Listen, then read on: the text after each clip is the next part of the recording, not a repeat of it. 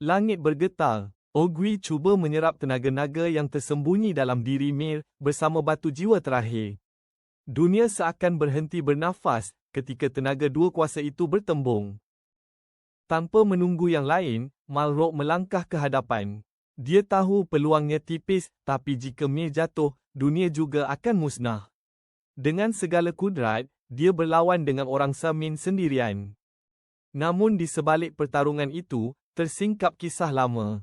Mir dan Ogui pernah berkongsi takdir yang sama. Ketika itu, demi menyelamatkan dunia, 4 malaikat dikorbankan. Dan sejak hari itu, persahabatan mereka bertukar menjadi dendam. Selepas semuanya reda, Malrok membuat keputusan berat. Untuk melindungi mereka dari rasa bersalah, dia memadam sebahagian memori termasuk kenangan mereka tentang Mir dan Ogui. Malam itu sunyi, tiada sorakan, tiada kemenangan. Hanya hati yang kehilangan dan rahsia yang takkan pernah diungkap lagi. 얘들아, 와서 고구마 먹어. 응. 알았어.